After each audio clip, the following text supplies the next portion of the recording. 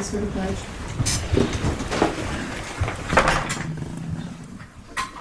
I pledge allegiance to the flag of the United States of America and to the republic for which it stands, one nation, under God, indivisible, with liberty and justice for all.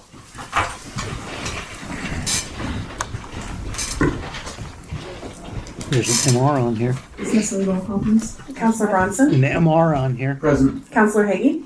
Here. Counselor Richards? Here. Counselor Sanchez? Here. Counselor Thorstad? Here. Mayor Coleman? Present. Counselor Osberger? Here. Let the record show that there are 7 present and 0 absent. First item on the agenda is swearing in new counselors. The oath of office. I'm going to pass it off to you. Good evening. This is an exciting time tonight. I want to thank everyone who made it out tonight here to witness this special event, the swearing in. I appreciate you all supporting us as a city and as our city government. And so what I'm going to do, this is in no particular order, but I will call each of you up individually. And then we will do the swearing in. We'll stand up here and we'll get you posed just right so we can get some good pictures.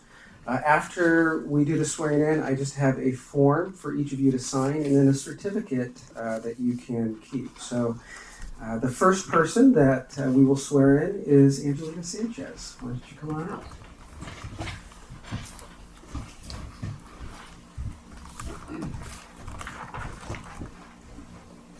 So, actually, let's trade places here.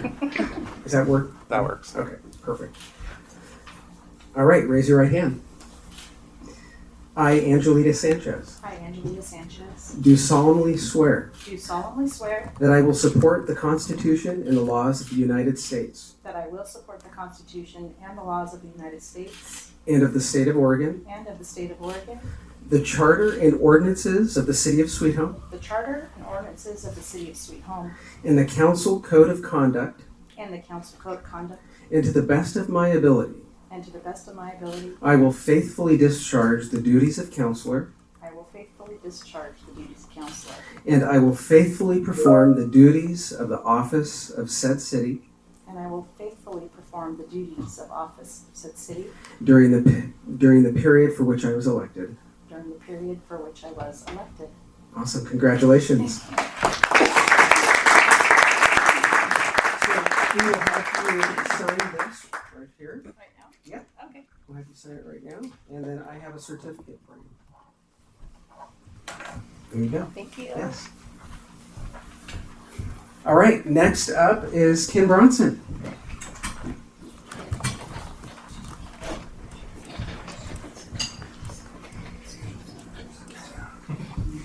All right, raise your right hand and repeat after me. I, Ken Bronson, I, Ken Bronson, do solemnly swear do solemnly swear that I will support the Constitution and the laws of the United States that I will support the Constitution and the laws of the United States and of the State of Oregon, and of the State of Oregon, the charters and ordinances of the City of Sweet Home, the charters and organizations of the City of Sweet Home, and the Council Code of Conduct and the Council Code of Conduct, to the best of my ability. to the best of my abilities. I will faithfully discharge I will faithfully discharge the duties of counselor, the duties of counselor, and I will faithfully perform and I will faithfully perform the duties of the office the duties of the office of said city of said city during the period for which I was elected. during the period of which I was elected. Congratulations. There you go.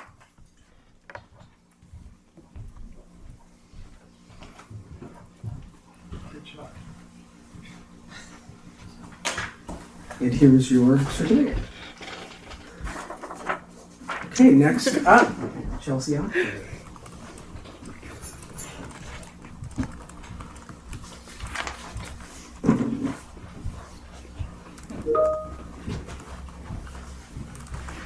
Okay, raise your right hand and repeat after me. I, Chelsea Augsburger, I, Chelsea Augsburger, do solemnly swear do solemnly swear that I will support the Constitution and the laws of the United States that I will support the Constitution and the laws of the United States and of the State of Oregon, and of the State of Oregon, the Charter and ordinances of the City of Sweet Home, the Charter and ordinances of the City of Sweet Home, and the Council Code of Conduct, and the Council Code of Conduct, and to the best of my ability, and to the best of my ability, I will faithfully discharge I will faithfully discharge the duties of counselor, the duties of counselor, and I will faithfully perform and I will faithfully perform the duties of the office the duties of the office of said city of said city during the period for which I was elected. during the period for which I was elected. Congratulations.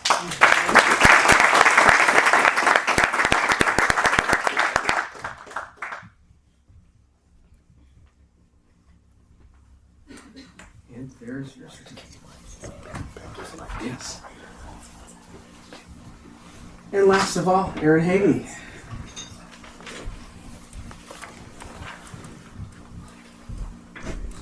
All right, raise your right hand and repeat after me.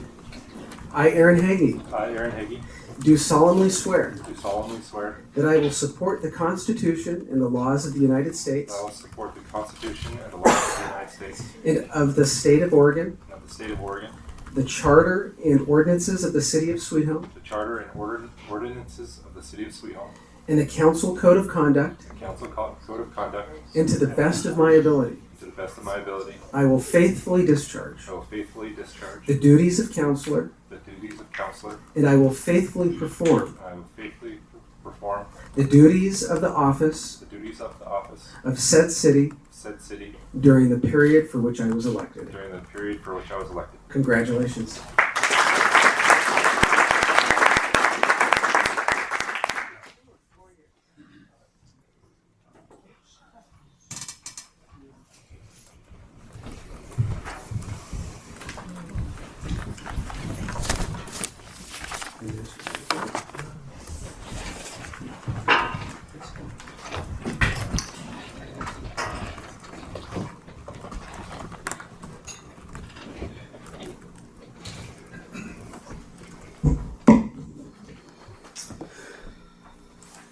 Well, that was exciting. Congratulations to all of the counselors. That was, I'm looking forward to working together with all of you, and staff is excited. I know our public is excited, and so thank you for your service.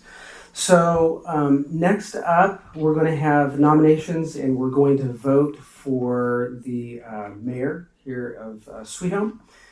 So I'm going to right now open the floor for nominations for the office of mayor. Councilors may propose a nomination which must be seconded for consideration. A nomination must be considered and voted upon if there is a second before any additional nominations may be made. So I will open the floor now for that.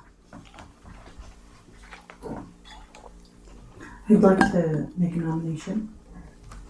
Is that what I'm supposed to be doing? I'd like to nominate Dylan Richards. I'll second that. So Cecily, I'll ask you to take a roll call and vote. Is there any discussion first? I would like to say something. So I wanted to nominate Dylan Richards for mayor because I feel as though he is the youngest person on the council. He speaks on behalf of his constituency, and frankly, I think if we had an election, he'd probably be elected. So I would like to put his name forward. Any other discussion? Okay, Cecily, can you take a roll call and vote? Counselor Augsburger? Yes.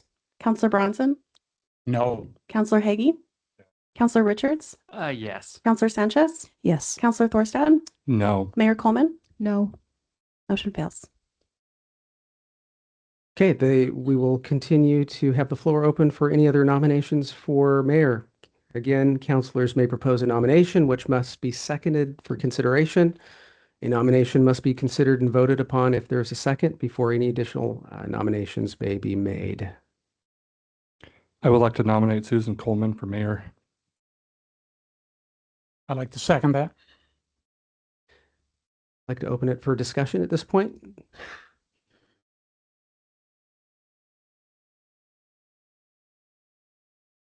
See, we have no discussion at this time. Cecily, would you take a roll call and vote, please?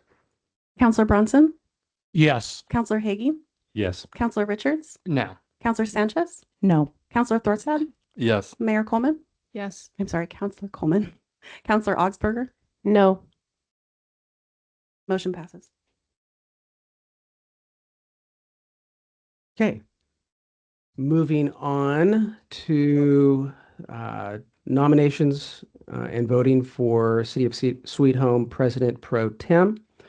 I'm going to open the floor for nominations for the office of President Pro Tem. Councilors may propose a nomination which must be seconded for consideration.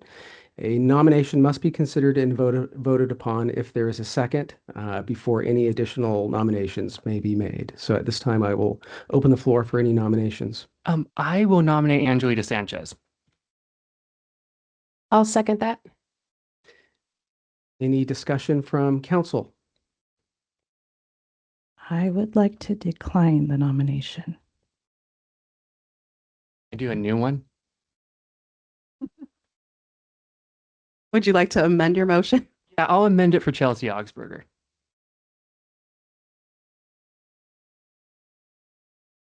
And we would need a second. I'll second. Any discussion among councilors?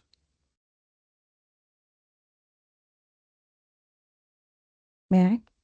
Yes, absolutely. So we learned last work session, not this one today, but the one prior, that according to Robert's Rules of Order, the minority is a protected part of the council.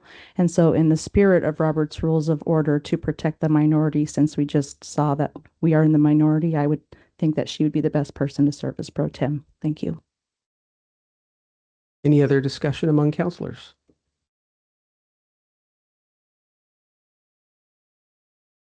Okay, Cecily, take a roll call and vote, please. Counselor Hagee, No.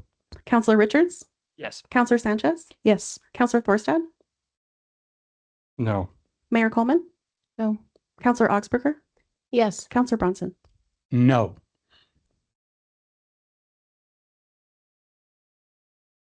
Okay, motion fails, so we can accept another nomination. Any other nominations for the office of President Pro Tem? I would like to nominate Josh Thorstad for the position of pro tem. I will second that. We have a nomination and a second. Do we have any discussion among councilors? I'm seconding that motion because Counselor Thorstad has some experience on council and has faithfully served on committees and has shown up to council meetings. So Any other discussion among councilors? Cecily, can you take a roll call and vote, please? Counselor Richards, No. Counselor Sanchez, No. Counselor Thorstad, Yes. I'm sorry, Mayor Coleman, yes, Counselor Augsburger, No. Counselor Bronson, Yes. Counselor Hagee. Yes. Motion passes. Okay, motion passes. So at this time, we are going to take a 5-minute recess at 6:43 p.m. It gives us time to rearrange the dais if that needs to be done. And also during that 5 minutes, we just wanted to be able to have our counselors take pictures and meet with some of the public. So we'll reconvene here in 5 minutes. And congratulations to Yes. our mayor and president pro tem.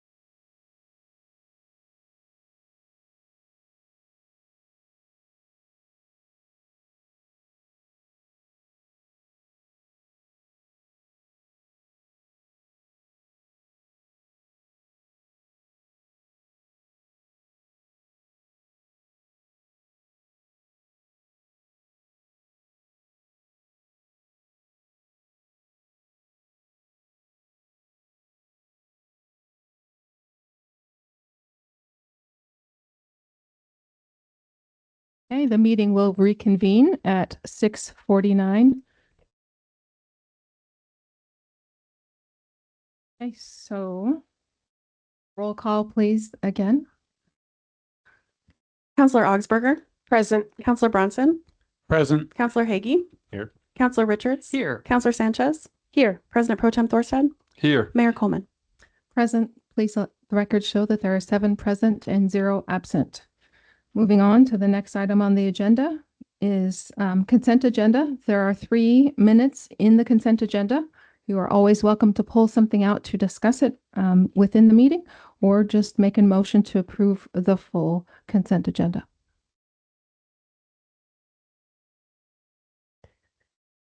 Madam Mayor, may I? Yeah. Those of us that are new, are we to vote on that since we weren't here for all of them as far as active council members? Great.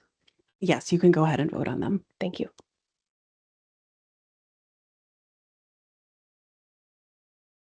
Any questions of counselors, or would somebody like to make a motion to approve the consent agenda?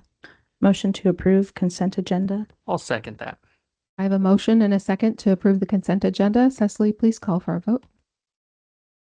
Counselor Bronson, Yes. Counselor Hagee, Yes. Counselor Richards, Yes. Counselor Sanchez, Yes. Counselor Thorstad, Yes. Mayor Coleman, Yes. Counselor Augsburger. Yes. Let the record show that we have 7 ayes and no nays to approve the consent agenda. Moving on, recognition of visitors and hearing of petitions. We have some people who have signed up to speak. I'm going to invite each of those up who have registered, and they are to give their full name and address at this table here into the microphone, and you have 3 minutes. So first one on the list is Nancy Patton.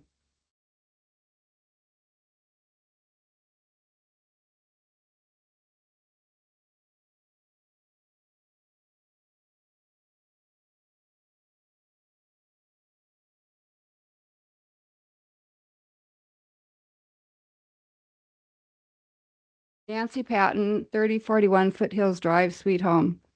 First off, congratulations to each of you. I just want to remind all of you guys that you are here because the public put you here. You're here for a very special reason, okay? It's not just because you're popular or not popular. It's because the public wants you here. And I've told some of you to speak up. I've told you some of you to take more action than what you do.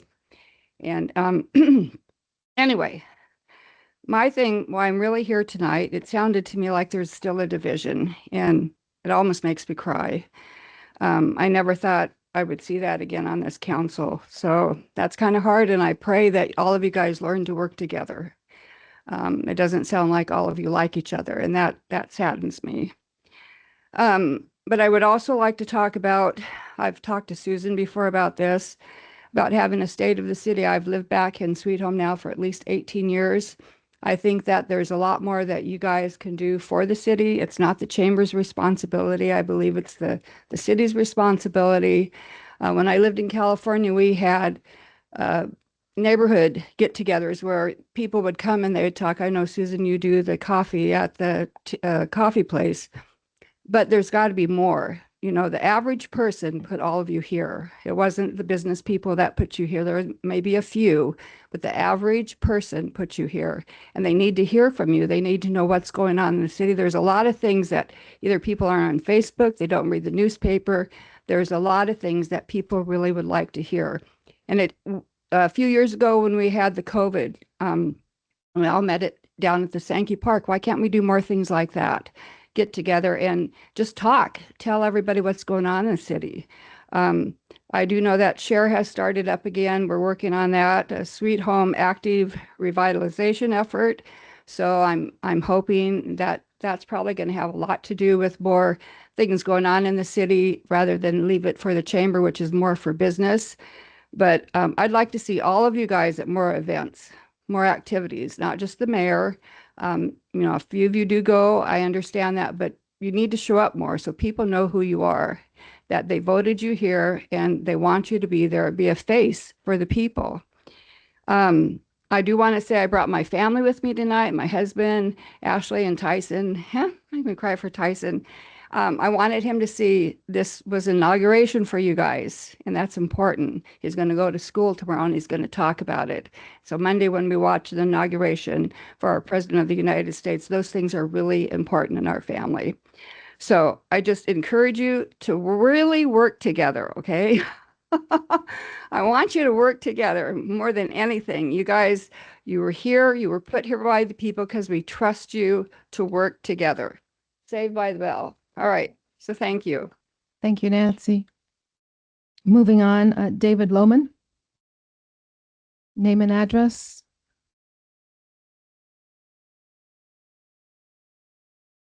David Lohman, 2230 Main Street, Sweet Home. First of all, I'd like to congratulate, welcome the new council members. What I'm here for, I also ran, most of you all know that I ran for council as well. I talked to over 2,000 people here in Sweet Home. Their concern is they didn't know the mayor wasn't elected, but appointed. So I'm here to ask to have the charter changed to let the mayor be an elected official by the people of Sweet Home.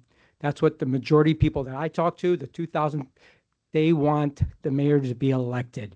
I would like to see, why I'm here, just a hand from all you guys who would be in favor of it, if you would, that you would just vote on it here in chamber when you can bring it up, instead of us having to go and get 1,500 or 2,000 signatures. We're ready to do that, but the people would love to see each and everyone vote on it here in council when the time comes, when you print it up, so they can see who is in favor of it. So the people can see, well, he wanted it or she didn't want it. They'll know who is actually for the people here of Sweet Home. So that's what I'm here for. I would love to see the mayor elected instead of appointed by the council. Thank you so much. Thank you, David. Just as a point of information, the charter dictates how the mayor is elected by the council, and the charter review committee will be opened up next council meeting when all other committees are appointed, councilors are appointed to committees, and it will be opened up, and that will be a topic of discussion for the charter review committee. From there, the charter review committee would have a recommendation after they review the charter, and it would come to council, and then from there it would go to the people. That's how the process works. Moving on to the next person who has signed up to speak, we have Dave Trask. Name and, oh. Vaughn Miller, you're in there too. That's okay, you can come up. She can come after you. Hi, I'm Dave Trask. Name and address? And I live on Second Avenue. What's the And address? I got a couple of things I would like to talk to as soon as I can. First, wait. Address on Second Avenue. Second Avenue. I'm not going to give somebody my address for the way we've been treated here, okay? By some of these people. Point of order, Madam Mayor? Accused of somebody going to shoot somebody on our council before. I'm not doing it. If you won't let me do that, that's. Point of order? Just, yes, point of order, the council rules and the charter do indicate that name and address for those who wish to speak at the council meeting. So. You give your name, you got to give your address. On North Street. An address would include the house number. 1276 Second Avenue. Okay. Okay, now can I start? Mm-hmm. Okay, first of all, I want to tell you how it was really nice that we had 12 people to vote. I mean, would wanted to have this position. That's pretty cool. I mean, I was kind of shocked, but it was a good thing. I mean, that many people that we had that was involved in the city that was doing it was pretty cool. Really pretty cool. Now, the last thing I want to talk to is that they made the right call. That's my opinion. You guys made the right call for both of these positions. And that's because of the things that I've been put through by a couple more people. Okay. We all know about them. Okay. And I'm tired of it. But here's the last thing. I took a little not a vote, but a thing down at the city hall, and I got the number of council meetings we had in 24. Okay. Those have been here very long, knew that in 22 and 23, there was a counselor on those days that missed half of the meetings that we had on those 2 years, 35 of them, I think, that were missed. I won't tell you who it is. I won't tell you by name. Okay. Everybody knows. Okay, Personal attack? it's not a personal anything. I'm just. He's showing sitting here action. pointing at me. I Point am of just- order? I can't point to you. Okay, we're done. All right. So now I did on 24. I did that too. We had 34 meetings and somebody missed 13 of them. That's half. How can you be a counselor that is not here? That is amazing to me. 8 years, I missed 2. And that's where I'm at. Thank you very much. Don Miller.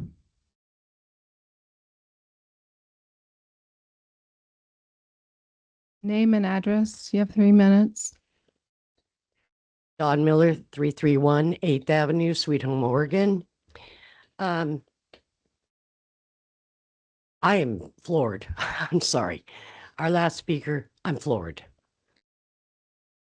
That was out of line. And for nobody to sit up here and stop it, I'm floored. Okay. The reason I'm up here is because everybody sitting on this council ran with me on the same agenda. Everybody said, we want our mayor elected by the people. I am here to tell you, we are ready to move forward. I have the verbiage. We do not need a committee to change the charter. I have the verbiage. We can move forward. We can have it on the special election that we're going to be putting our levies on. Boom. We're ready to roll. And I just want to make sure that everybody is going to stand on what they ran on. That's what I have to say. Thank you, Don.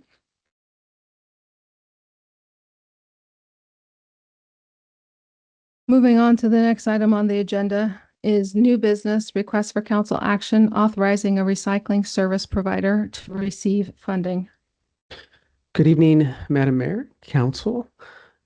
Before you, we have a RCA or request for council action, and the title of this is authorizing the Sweet Home Sanitation to receive state funding. And so the purpose of this RCA is really seeking authorization for Sweet Home Sanitation to access state-provided funds directly under the Oregon Senate Bill 528 to basically ensure compliance with the Recycling Modernization Act, RMA. So kind of the background and context of this is this. Back in 2021, Oregon passed the Recycling Modernization Act that became effective January 1st in 2022. And when it became effective, it required changes that needed to take place by July of this year, 2025. The RMA aims to do basically 3 things. So it simplifies recycling for residents. 2, it expands recycling access and upgrade facilities. And then 3, it shifts financial responsibility to producers of packaging and serviceware, reducing municipal costs. The producers will fund recycling through the PRO, and Sweet Home's designated PRO is the Circular Action Alliance, CAA, which distributes these funds. So the problem or the challenge that we have, the city basically has 2 options here. So we could act as the intermediary for fund distribution, or we could just authorize Sweet Home Sanitation to access these funds directly, and that is what staff is going to recommend. So the reason that we're recommending that Sweet Home Sanitation access these funds directly is because really the city's not in the recycling business. We don't have the expertise for the recycling program management.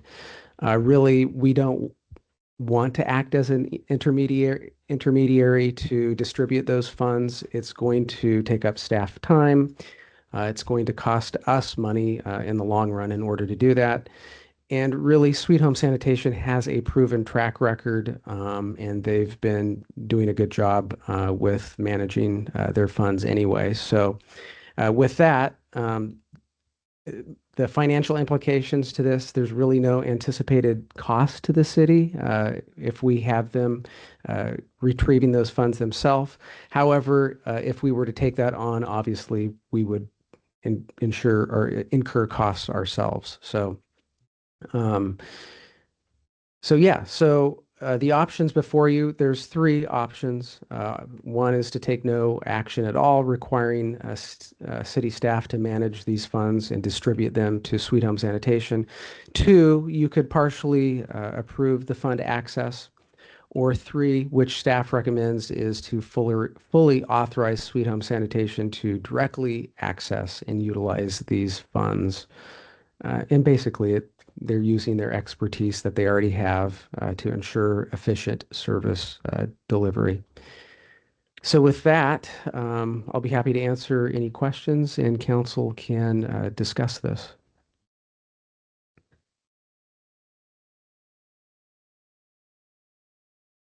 Any questions of counselors?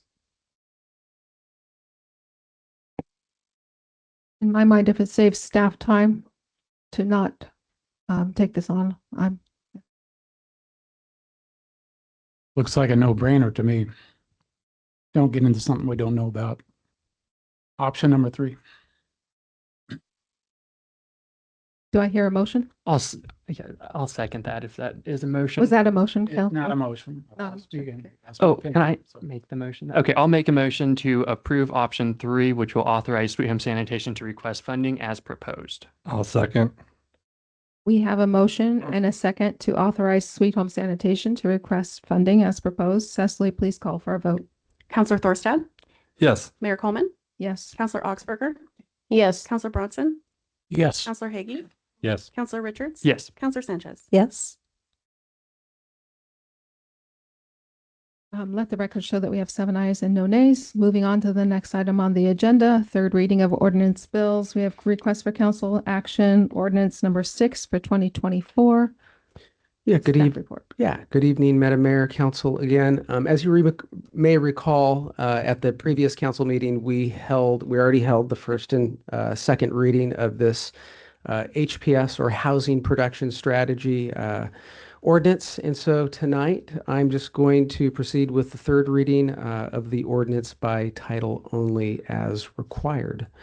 So with that being said, I will read the title only. Ordinance Bill number 6 for 2024, ordinance number 1329, the Sweet Home Ordinance amending Chapter 4 of the City of Sweet Home Comprehensive Plan and adopting a housing production strategy. Councilors, we will need a motion to, we have 3 options, but one of the options we could do is make a motion to approve this application. And from there, we can have discussion after a motion. So moved as recommended. That.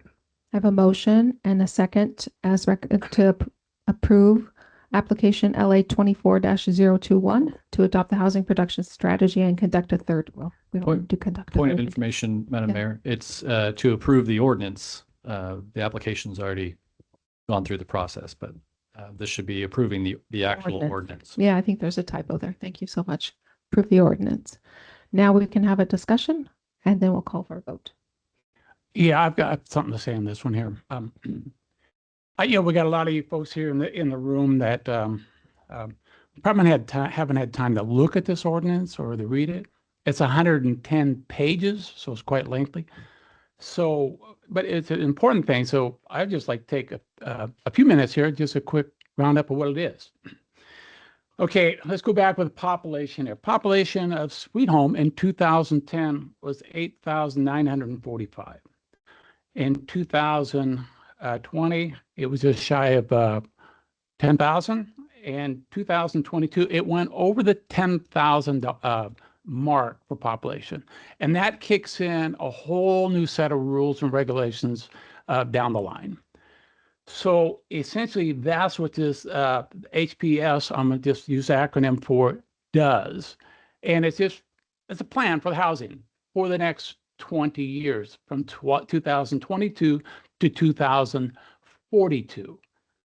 So, and with some projections on how quickly our population will grow. So the projection over that time frame in 2042, the population of Sweet Home will be 11,720. Well, that's an estimate. But we also live in a very nice area here, and a lot of people would like to live here. So that may change. But what it spells out is how many, the type of housing. As of 2022, 73% of the homes in Sweet Home were single family stick built. 13% were single family manufactured homes, and the balance 14% were townhomes and apartments. That has changed a bit here recently because we've had a lot of apartments come in.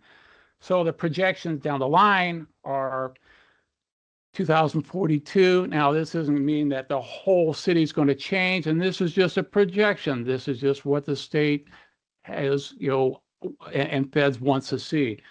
Single family residential stick would be 56%. Manufactured housing would be 17%. Apartments, condos, and SROs, which is single residence occupations, would be 27%. So a little denser, more up, but that's what the plan calls for. That's what the committee spent a lot of time putting this whole thing together, so it's within compliance of all the rules and regulations.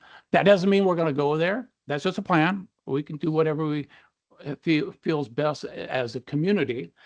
But I just want to just throw that out there so you know what's in this bill, and then throw back some other numbers here. To me, the most important things are clean water in, treated water out, and how much capacity we have for those. So our water treatment facility has capacity of 30,000 residents. So real good there. Our new wastewater treatment plant, when that is completed, capacity be 12,259. Well, our 20-year projection is 11,792. So, hey, kind of close. Those things could change. And on our wastewater treatment facility, when it's done, there is some room for expansion, maybe 20%. I believe that's in that range. Is that, Greg? We have made space for an additional primary, additional aeration basin, and an additional clarifier. Everything, all the new equipment will be moved south along the fence line, along the railroad tracks. As it's constructed, that leaves room for expansion even long after I'm gone. So, okay, so that's the main picture I wanted to get out to the public. Says this is where our city's going. We're in compliance with the rules. This is a capacity with the key things: water in, water out. Thank you. Madam Mayor, Yes. I just wanted to let the counselors know and all of the public that all of these documents are on our website. Once this one is passed, everything is uploaded. You can find it on the website and review the entire document. So just wanted everybody to know that there will be Thank you. links. So, I just wanted to give Mhm. short version. Yep. Any other discussion from counselors? Hearing none, we have a motion and a second. So Cecily, please call for a vote. Mayor Coleman, Yes. Counselor Augsburger, Yes. Counselor Bronson, Yes. Counselor Hagee, Yes. Counselor Richards. Yep. Counselor Sanchez. Yes. President Pro Tem Thorstad. Yes.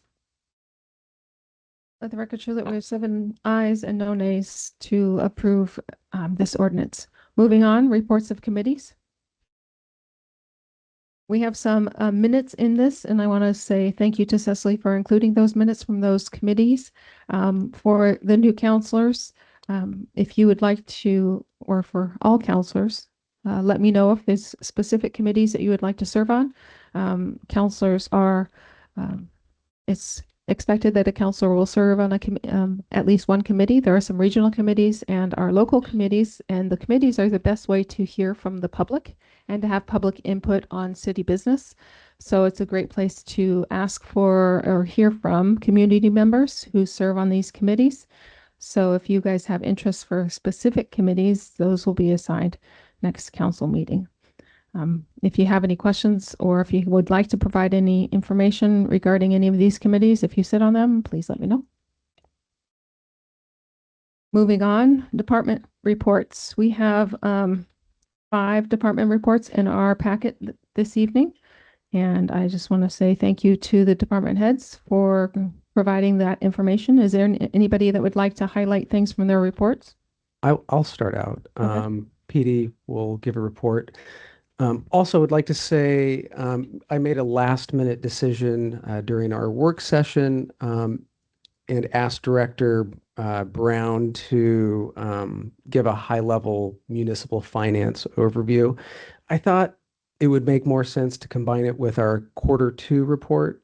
So anyway, pivoted there. So he will be doing that here momentarily after some other reports. But for the PD, what I wanted to point out was for our new counselors, one of the priorities of previous council was a traffic officer position and more traffic enforcement in town.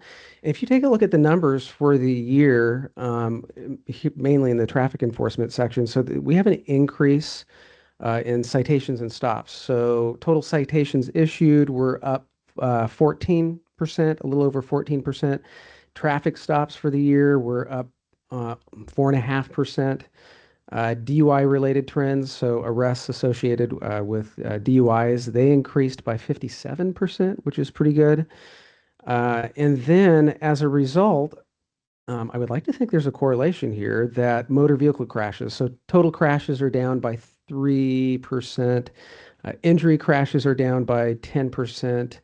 In our non-injury crashes, they actually saw a slight increase by 2.2%. So anyway, our traffic enforcement officer's been out there doing a good job and also giving our warnings were up as well. So just really doing a good job out there. So I just wanted to point that out to council and let them know that we've been working hard out there with our traffic enforcement. So, any questions of counselors? I'd be happy to answer those. If not, we have other department heads who have reports.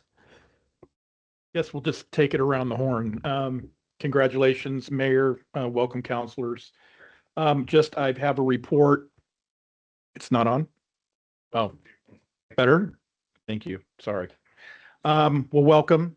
I have put a report here for your guys' review, and if you have any questions, I can answer those. But just to add a couple of things, we are down a filter at the water plant. I'm sure a lot of you have heard that. We ordered parts December 10th. The cost was about $27,202. We're expecting those in about 45 days. So probably in a week or two, we should have those on site. We can start working on that filter. So as soon as we get it on the ground, we'll be able to start that. Second, you've probably heard that our sweeper has been down for a couple months, and we thought it was a head gasket. We repaired it, and it was actually the turbo that it grenaded. We ordered it, and I'm not sure how it came to the United States, but it got held up in customs. Our tracking shows that it comes tomorrow. So we're hoping to get that on as quick as possible and get that back in service. Last thing I want to talk about, one of our employees. It's really significant for the city of Sweet Home. If you look at our wastewater treatment plant, you have a water treatment plant. We also have a water distribution system, and we also have a wastewater collection system. Those each have to be regulated by a certain level of certification. Jager Howard is a Sweet Home graduate. He went to high school here. He's been going right through the ranks, but last week he passed his grade 3. He got an 83, which is very high. And so we're excited to have him at the highest level at our water treatment plant. He's been treating our water here for 3 years, but he's now our lead, what we call DRC, our direct responsible charge. And so I'm just really proud of him, and it just shows that we've got people from this community that can work through these certifications, get them, and be very valuable to us. So that's what I have. If you have any questions, I can answer those as well. Please share our congratulations with Jager. Yeah. He's doing a fantastic job. He is. Yeah. Madam Mayor, I have a question. So when you ordered the filter for the one that went down, are we prepared in case they go down again if the drawdowns impact our water? Did we buy an extra to have a backup so we don't have to wait? So the filters are hard in nature. They have media inside them, like you would have a sand filter or something. But what happened was there was so much turbidity in the water that the polymers bound up with the beads. And so when we went into backwash to basically flush those beads to get the material off and send it out, and that's how we stripped the water, it bound up and blew through screens. Now, when I talk screens and grates, we're talking grates that are metal this thick, and it bended them and blew them. So it was a lot of pressure. So we're talking a lot of metal, a lot of other parts. They should be here shortly, but what we figured out was that we have to remove more in our first chambers. And we found a local rep that usually has worked for Westech, and that's who manufactures these filters. He came on site and we met with him. He's from Hillsboro, so he's been here for quite some time. He actually did the startup on our filters when this plant was built 15 years ago, so he's very familiar with them. He kind of walked through and he says it's a common, these filters should be able to handle the higher flows. We just need to dial them in. And so that's what we're working on. We're going to be working with some engineers, maybe some different polymers.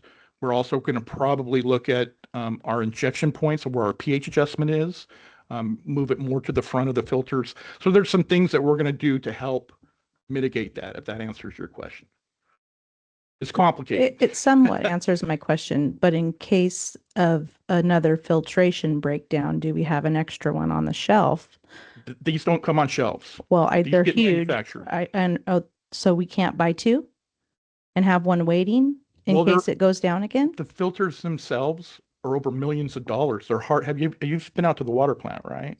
So what was the $23,000? $27,222. Which, it's for grates, screens, grates. gaskets. Okay, and, that's what's and being, heavy metal grates that hold all that, so, like inside the filter. okay, That broke and bent out. okay, very well. And Yeah. so what's the additional cost to try to mitigate this with all of those extra layers of engineering and research, and how much extra does that cost to try to manage this drawdown next Well, time? that's a loaded question. That's a big question. It's an expensive question. It is an and expensive The Army question, Corps but of it also- Engineers need to know. But it reminds on your chemistry. Water is chemistry. You have to remove the material from the water, right? And so when you get overloaded with mud, that has to be removed. And that is done in your chambers. So what happened is the polymer bound up. And that's all it did. It bound up with all the mud. It had nowhere to go but up. And so it broke the filter. And so those grates, screens, gaskets all have to be replaced. So we don't know the additional cost quite yet. There's no estimate to the engineer. And I guess I'm trying to understand your question. Is to fix this filter is going to be 27 in parts. We're going to be doing some work with our engineers, and I don't have a cost yet, but it's more or less, we're not going to be putting in, I don't think at this point, big giant filters. Okay. I think we can relocate polymers, pH probes, and do more in our first chambers. I don't think we were getting enough material out. And so in the second chamber, when we were flushing it out, that's when it bounds up. I'm sorry for not being clear. So in the first chamber that you need to do additional procedures to, is there an additional cost to that as well? Well, we're going to be moving equipment around, and I think that's what we've been working for with some of our senators and other things. But the idea is that we can get more material removed, the dirt, that's the mud that they're generating in our first chamber versus our second chamber. There's 3 chambers in these filters. So the second chamber is what got damaged. If that is clear. If I may, Director Stringman, I think just to answer succinctly, we are tracking costs as they come in, and they are all being added to our tort claim as we go. Okay, thank you. And I would add that we are still hopeful for getting that 2.2 million for the pre-water treatment. Although that particular representative didn't get reelected, so we're not sure whether or not we're going to get it. So, but we're hopeful. So I just want to say, I know you have a huge burden to try to figure this out. This is in no way directed. I was just curious about the cost overrun to try to mitigate in the future with this new plan of attack that you guys had. Any other department directors who would like to provide information on their reports or highlight certain things? For the library, I'd like to highlight a few things. Yeah. Make sure this is working. So in this month's report, I've included our yearly stats. And as you can see, we've had 46% more people in the library this last year. And that 17% more items have checked out. A lot of libraries are seeing their checkouts still going down. So the fact that we're going up so much is wonderful. And then our number of programs, now that we've hired a programming librarian, have obviously increased a ton. But I mostly want to give a shout out to all of the library staff of Kira, Joy, Sarah, Taylor, and Tanya for all the hard work that they're doing every day, especially with so many more people in our building. That is a huge increase in traffic in your building for sure. Yeah. Yeah. It's about Good job. 400 to 500 people a day. That's incredible.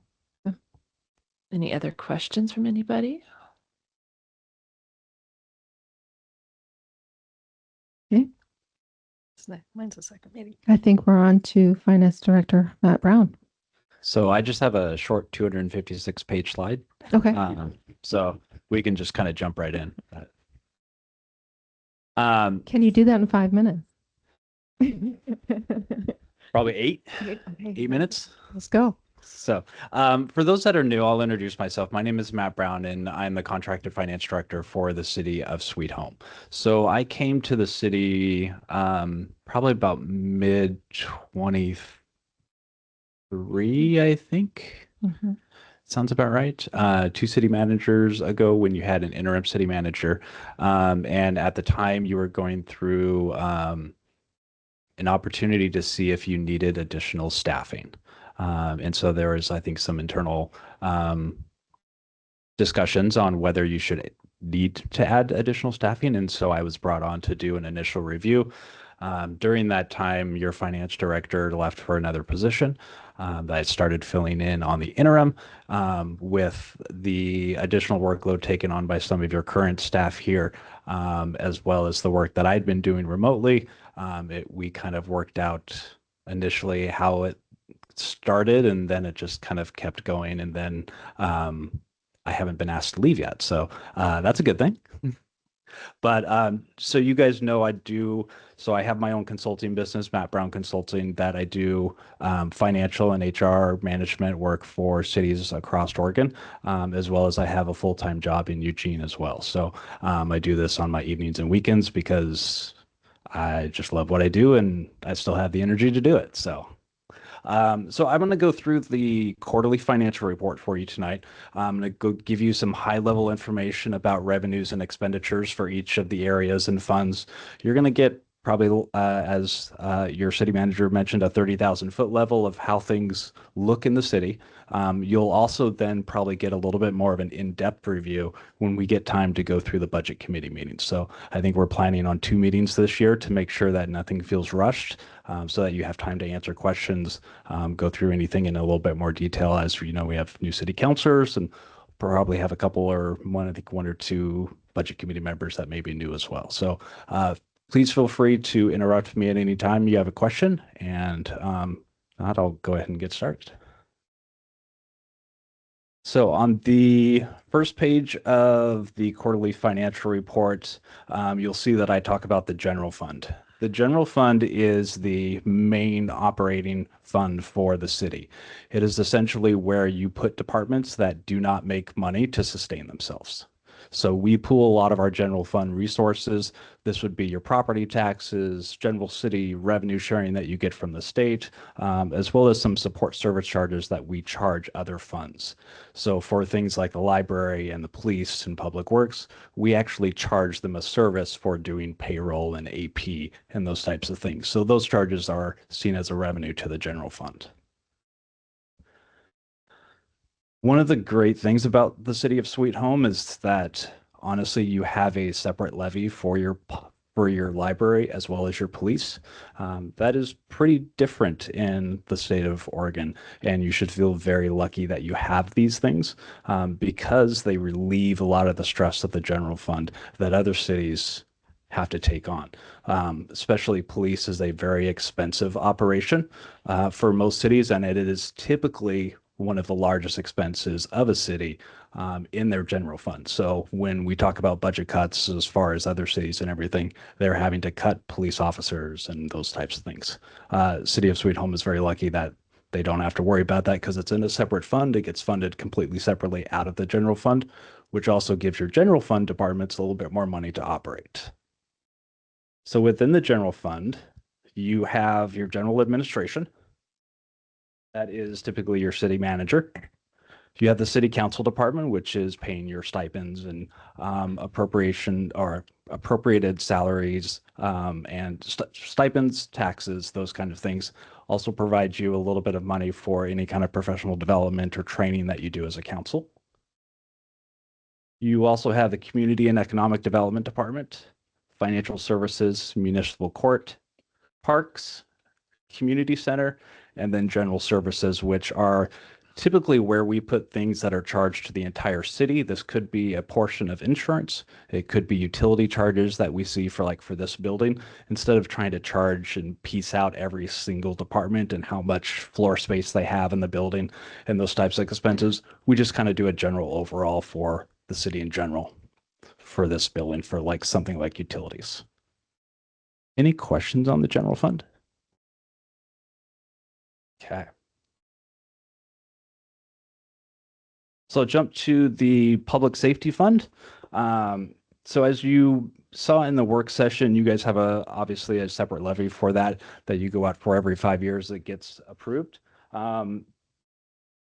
You have roughly about $4 million that comes in over this year for that property tax levy. This goes 100% towards your public safety fund, operations, officers, materials and services, equipment, those types of things, as well as any kind of capital improvements that you do to the police station. Any specific questions about the police fund? Moving on similarly to the library fund, just like the police fund, you have a separate levy for operating that department. Pretty self-explanatory for the library fund: operations, materials and services, books, supplies, any kind of capital outlay for the building.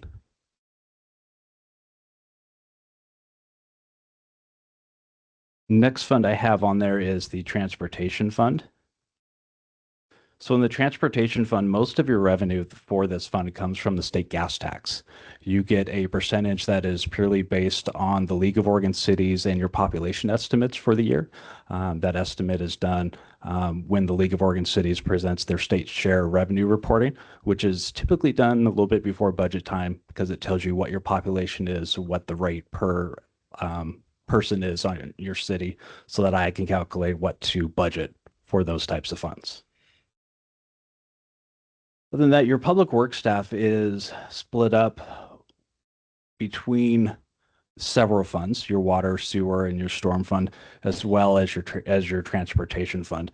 So typically during the budget year, before you see the proposed budget, I work with staff and Greg and the city manager to identify what positions are working in what specific funds. So he gives an estimate goes person by person, and we go through and identify John Smith works 10% of their job in streets, 25% in sewer, 100% in storm. Whatever those percentages are, that's how we break out the budget of how each person is split among all of those funds. That's updated every single year because positions and jobs change a little bit typically every year.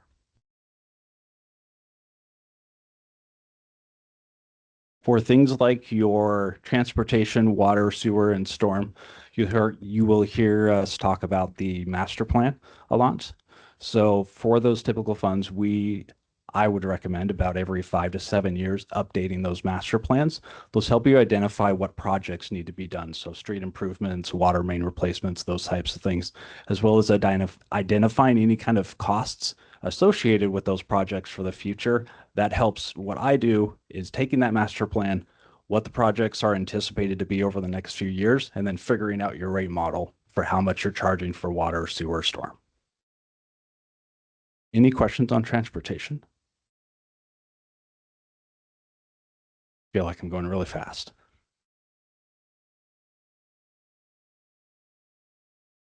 So water and sewer fund. For the water fund, you have two departments within that fund. You have distribution and you have filtration. So those are managed by Greg and the city manager. We break out those expenditures depending on what department is charged. Your staffing is charged appropriately depending on what that spreadsheet shows of what percentage is paid for each person. And then, of course, majority of your revenue for the water fund typically comes from your rates.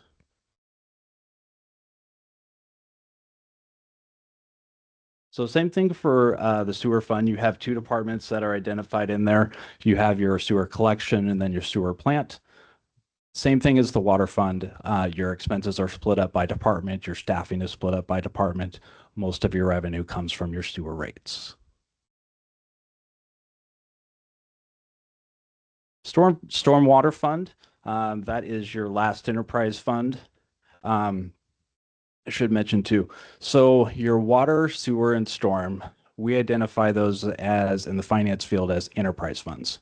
Those are essentially what you as a city can act as a business like.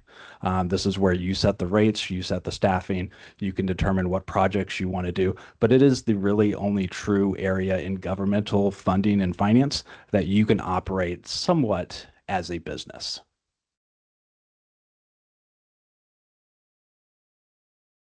Your economic development fund has been diminishing over the last few years as kind of some of your funding has dried up from grants and other resources that you receive.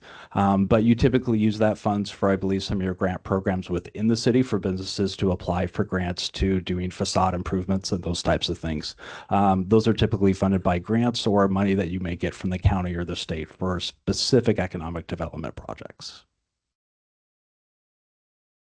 You have your reserve fund, which is been around for a little while, starting to diminish a little bit as we start moving around money for projects, specifically like libraries coming up in the near future for projects there. But this is a fund set up for if you do have any extra cash in the general fund that you want to set aside for a certain project, you want to set it into what you could call like a separate bank, so to speak, separate bucket, so that you can ensure that it's not spent on anything else.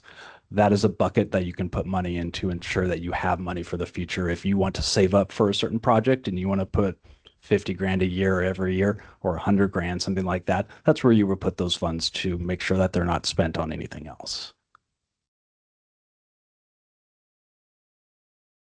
The other things that I would mention to you that is not, I don't say I didn't touch on in the quarterly report or forgot to mention are SDC funds. So these are your system development charges. You have a system development charge for water, sewer, storm, transportation, and parks. These are system development charges that typically developers will pay when they come and build a new house or some of the improvements that some of your current residents do.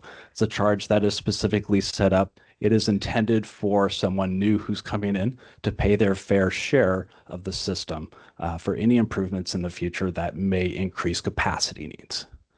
So in your master plan, you have a set of number of projects.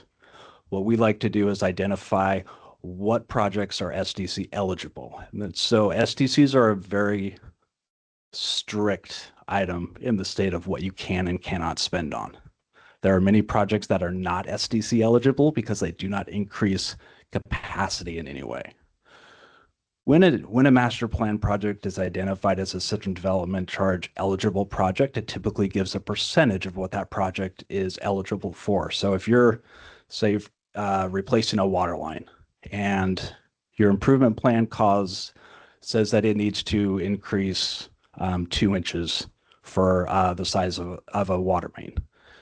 The SDC charge cannot pay for the main itself, but it can pay for what the charge of the larger capacity size. So if you're replacing a 5-inch meter with a 7-inch meter, and I apologize if I'm getting some of the terminology wrong because I don't live in that world, but if your SDCs can pay for the increased capacity of that extra 2 inches. So if it's, I'm going to use real simple terms, but if it's $10 for a pipe, for the 5-inch pipe, and you get a 7-inch pipe and it's $15, SDC charges can pay for that extra $5, but it can't pay for the $10. So that's probably like a 50,000 foot level in 8, 9 minutes, maybe. I don't know. I think I did pretty good. But just so you know, I am available for you at any time. You can call me, you can email me. The chief or city manager or assistant city manager have my contact information. I typically come to about one city council meeting per month, unless otherwise requested by the council or city manager. So. Thank you so much. Any questions of counselors? Madam Mayor, I don't have a question, but I just want to say thank you to Matt for all the hard work that you've done for our community. And you said we haven't gotten rid of you yet. I think we'd prefer you to sign like a 25-year contract or something. I appreciate that. And actually, on that note, if I can quickly chug some water. I was also brought in beginning in, I think, mid-23, like I said, because you had some issues with audits not being completed. Now, there is no way for municipal governments to receive a punishment from the state of Oregon if you did not finish an audit. And the reason for that is because you don't receive a lot of money technically from the state. Majority of your money comes from property taxes, which has come from the county. In my full-time job, I'm a finance director at Eugene School District. We get a vast majority of our money from Oregon Department of Education. When we don't turn in an audit or not able to get an audit done on time, they withhold funds from our school district. So, bad thing. When I came in, you were behind, I think, 2 or 3 years on your audit.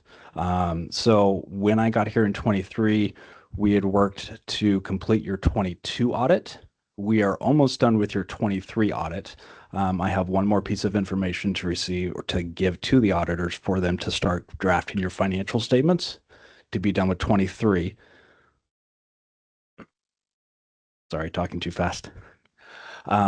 When we get done with your 23 audit, which I anticipate in the next month or so, we will get right started onto your 24 audit. So your fiscal year actually runs from July through June. So in a typical year, you would finish your year on June 30th. You would actually have your audit done by that December for that last fiscal year. So in my mind, if we're trying to finish your 23 audit, we're going to jump into your 24 audit.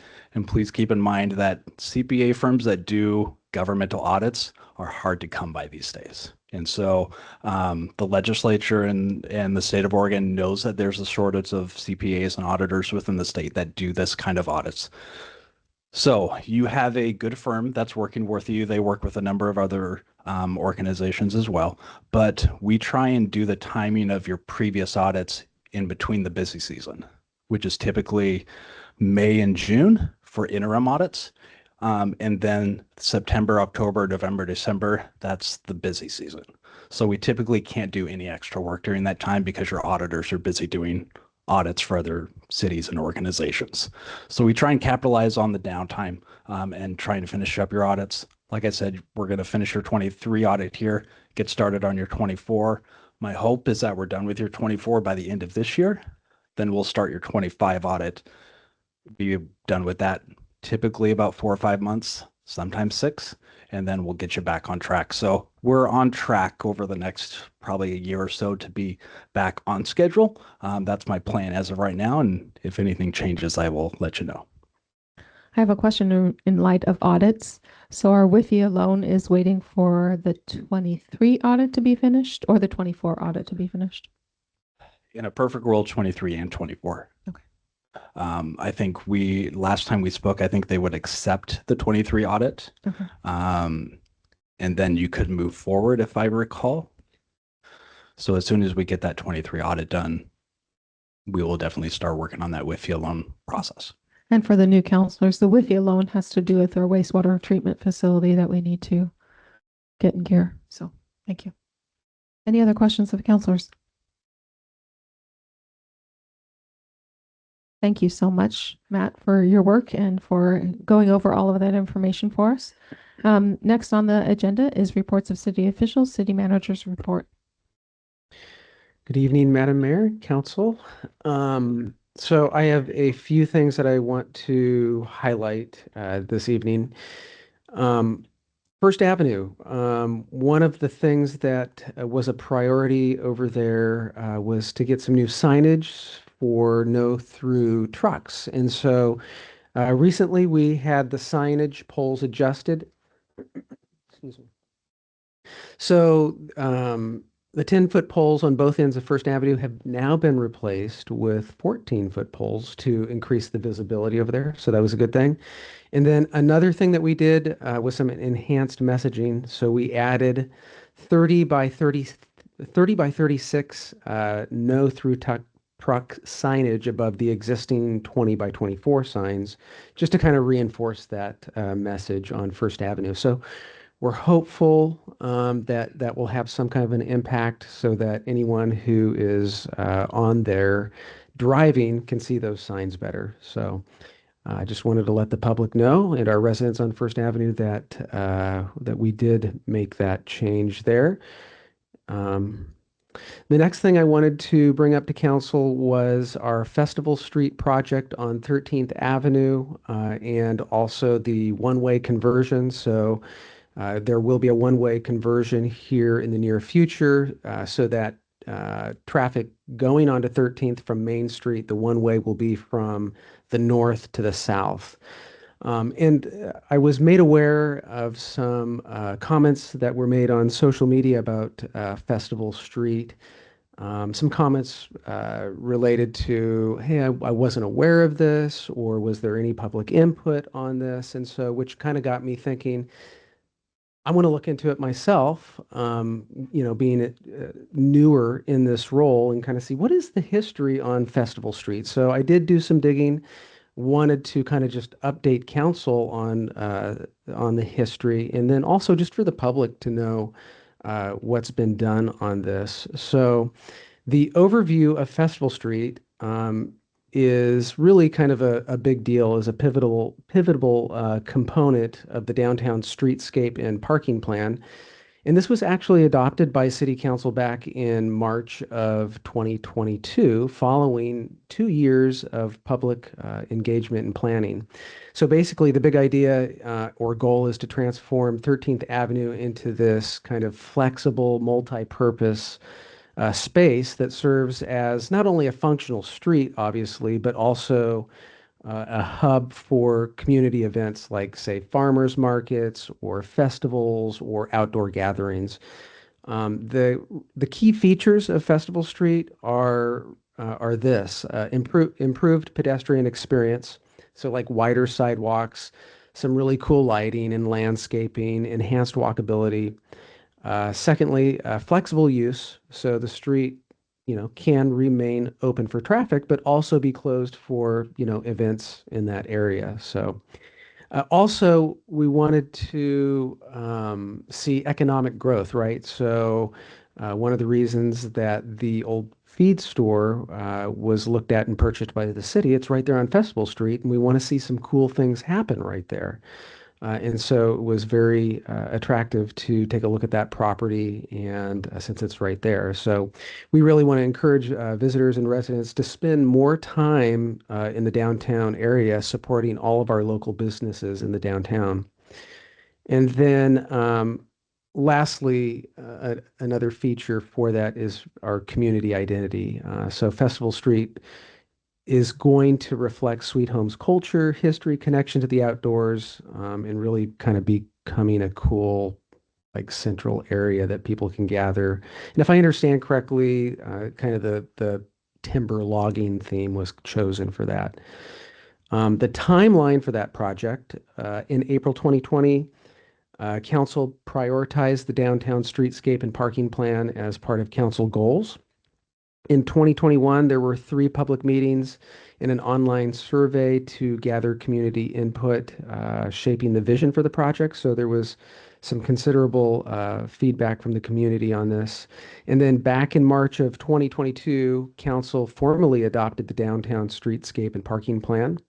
November 2023, council approved the conversion of 13th Avenue to one-way traffic, along with 10th Avenue that was converted earlier. or later in the summer of 2024. And then finally, this month, the conversion of 13th Avenue begins, weather permitting, to that one-way street there. So, yeah, I just wanted to get everyone up to speed on that. It was a project that was, important to the community, important to council, and really garnered a lot of feedback. And so we are slowly making progress on that. All of that is contingent, obviously, on funding, right? So, we can move forward with the project when we have the funds to do that. And so this is kind of our first steps in moving forward on that. So, yeah, there's that. Some other important information I just wanted to make you all aware of. We're going to have some professional headshots that are done for all of the counselors on January 28th, so just prior to the council meeting that evening. So show up about an hour early at 5:30 for your headshots. Captain Ryan Cummings is an excellent photographer, and he's going to be doing those. We'll just do them right here in the council chambers. So dress appropriately and show up early. I wanted to remind council of a couple of trainings. Assistant City Manager Pretty sent out an email that you should have gotten to let you all know about the required training regarding the public meeting law.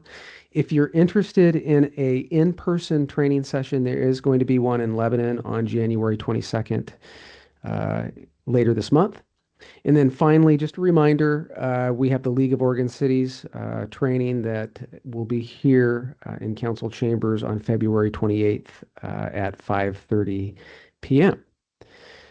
So that pretty much is it for the city manager report. I just, again, want to thank council for everything. I want to congratulate the mayor for the appointment tonight, our Pro Tem Thorstead, congratulate you on the appointment. And really, I just want you all to know that staff is really looking forward to working with you all and excited about the future. So we have a lot of stuff to cover in the next few months. So council goals, budget. So it'll be exciting and fun to plan for the future.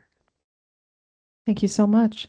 Next item on the agenda is the mayor's report. And I just want to say I'm grateful for everybody that is here, has been elected on this council. As somebody stated earlier, each of us have been elected by constituents in this community, and they believe that we desire what's best for our community. So I think that we're all here for the reason to make Sweet Home the best place that it could possibly be. So I look forward to working together.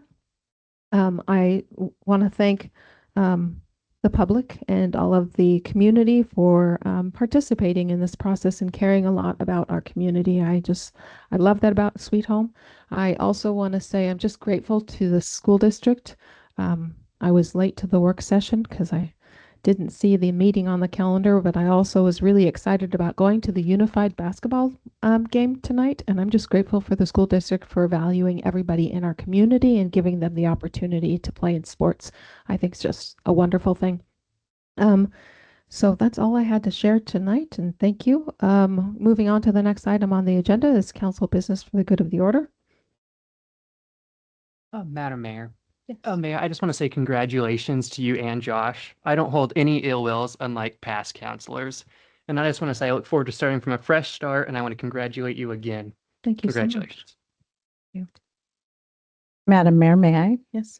Okay, so we heard from people of the community today that they were interested in moving forward with the mayor being put on the ballot.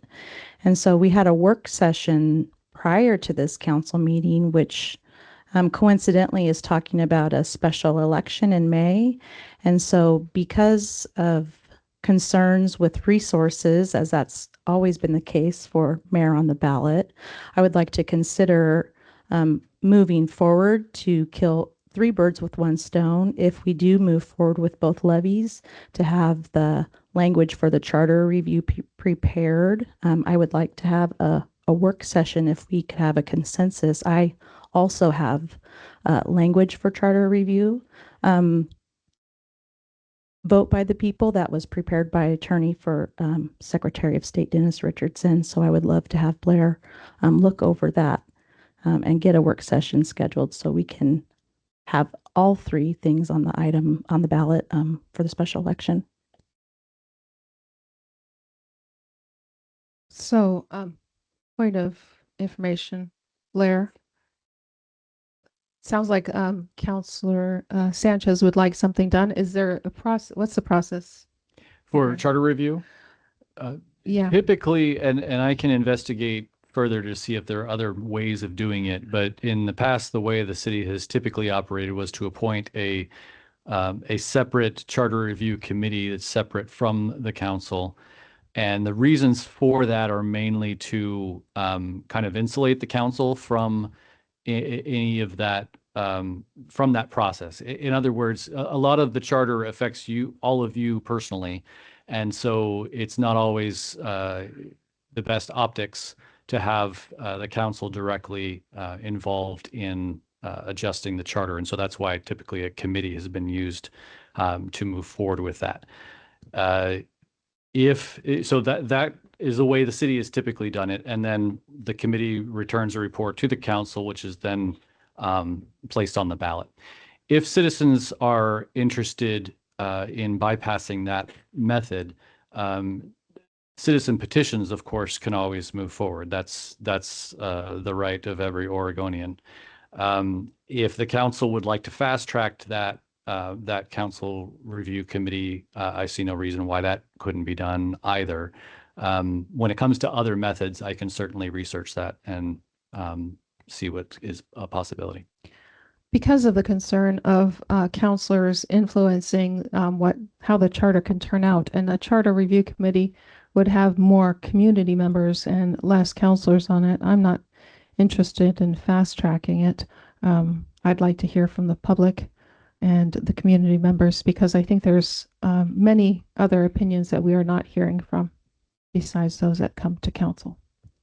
So, Madam Mayor, if I may, if we have consensus from the council that they would like to, or three or more, are we allowed to put something on the agenda or have a work session?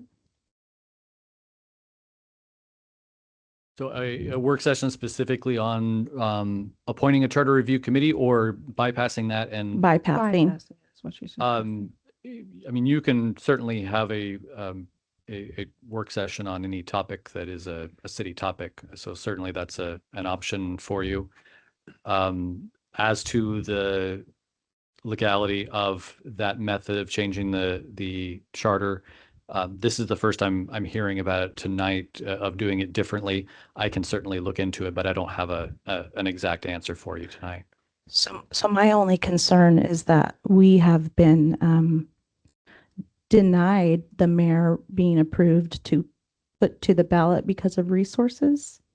And so if we are already doing a special election to conserve resources and get everything done at the same time, which the community wants, I think that would be the best option, to try to get it all done in a timely fashion to be put on the special election. So it sounds like that Counselor Sanchez would like to have a work session. Do we have a consensus of council to have a work session put on the calendar regarding charter review? I'm all good. Verbally? Discussion. Yes. Yeah. We're not voting, we're just at consensus, but yeah, you're allowed to talk. Okay. You know, I've been here just a couple hours on this. But rushing into something of the magnitude of a mayor, you know, and the relationship with the council and how this all fits together and who has the power, who doesn't have the power, what the mayor does, is the mayor making decisions alongside with the council? What is the level of authority does the mayor have? How does it differ from the current mayor? These are huge questions, huge. And the rush into them just for the sake of getting it on the ballot and electing a mayor when we don't even know what the responsibilities are going to be is premature. We really need to work this thing out and look at the pros and the cons before we throw ourselves into it. Yes, I was one of those at our community forum. You know, I support the mayor being elected by the populace of the city, but I don't support chaos. I support going into it knowing what we're doing, the pros and the cons, and how this whole thing is going to work within our system within the city. That's all I got. Okay, so I just want to finish off the consensus of counselors interested in having a work session regarding this topic. That's a good start. That's a good start. Good start. Okay, so staff will need to find a time, which means council needs to be flexible in putting it on their calendar. And I'm guessing we need the city attorney to do some research regarding this proposed process. As I stated earlier, I do plan on opening up the Charter Review Committee at the next council meeting when all other committees will be assigned. But is there a particular time that we need to discuss this? What's the process as far as timing goes? Is that something you'll get back to us on, staff, or? Yeah, okay. Okay. So any other council business for the good of the order?